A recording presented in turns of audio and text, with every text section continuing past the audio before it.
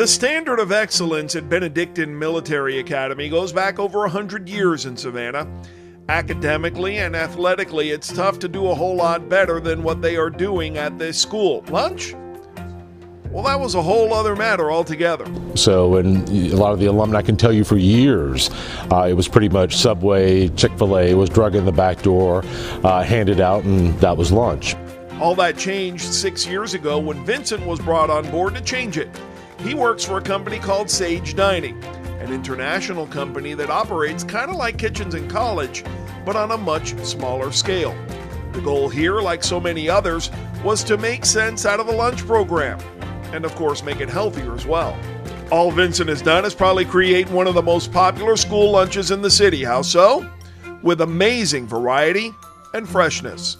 I have been pleasantly pleased at how educated their palates are and how they are so receptive to the types of cuisine that we offer. When we feel that there's a dish that, may challenge their palates a little more than normal, we'll do a little introductory demonstration, and spend time with them, actually letting them feeling around their palate and understand what they're actually eating. So a lot of times they'll place things in their mouth and they've had it once or twice in their life, but now they're starting to learn how to actually enjoy these different types of cuisine.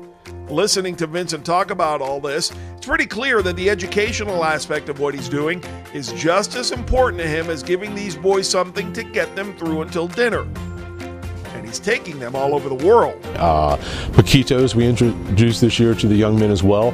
Not only just we saw a need for Latin American cuisine, not just necessarily Mexican, which would be atypical.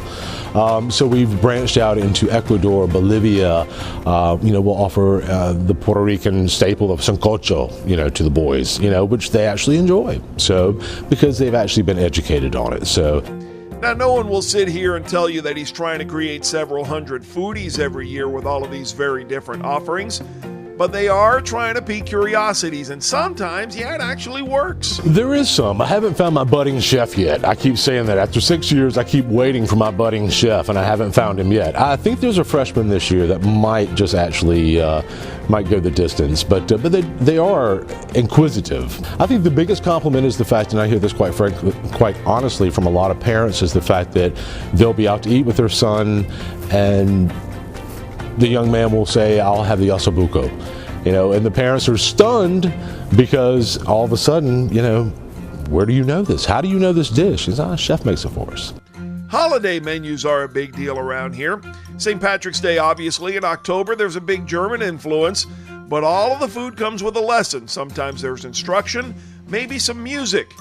It's far more than just the food in here sometimes. I tell the boys all the time, Jesse, that you never know where your life is going to take you. Sometimes the only common denominator you may have is the food before you.